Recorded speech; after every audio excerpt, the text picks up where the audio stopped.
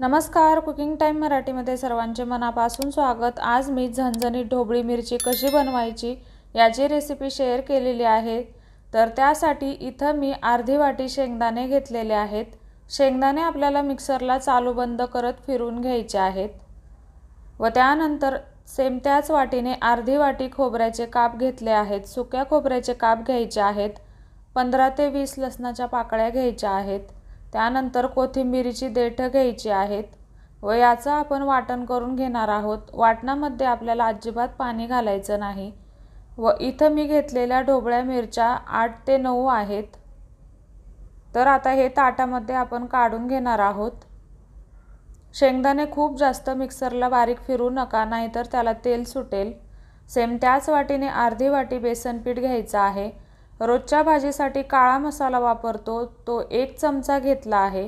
त्यानंतर 1 चमचा बेडगी मिरची पावडर, 1 चमचा अर्धा चमचा हळद, 1 चमचा गरम मसाला, त्यानंतर चवीनुसार घालायचं आहे मीठ, हिंग घालायचा आहे 2 ते 3 चिमूट व 1 चमचा धना पावडर घ्यायची आहे व 2 मोठे चमचे तेल घ्यायचं आहे।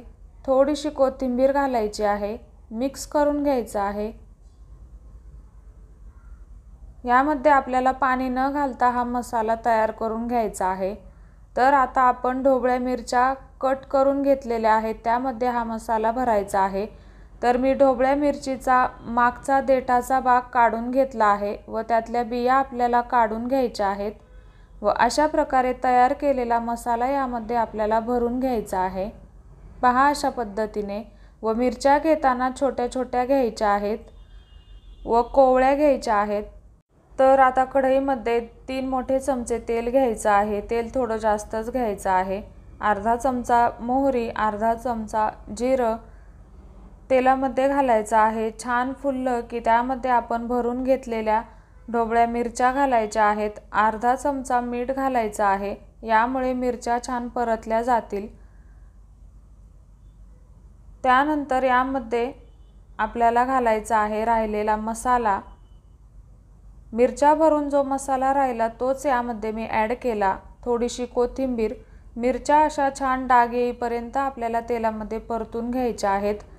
यावरती लगेच झाकण वगैरे ठेवण्याची गरज नाही।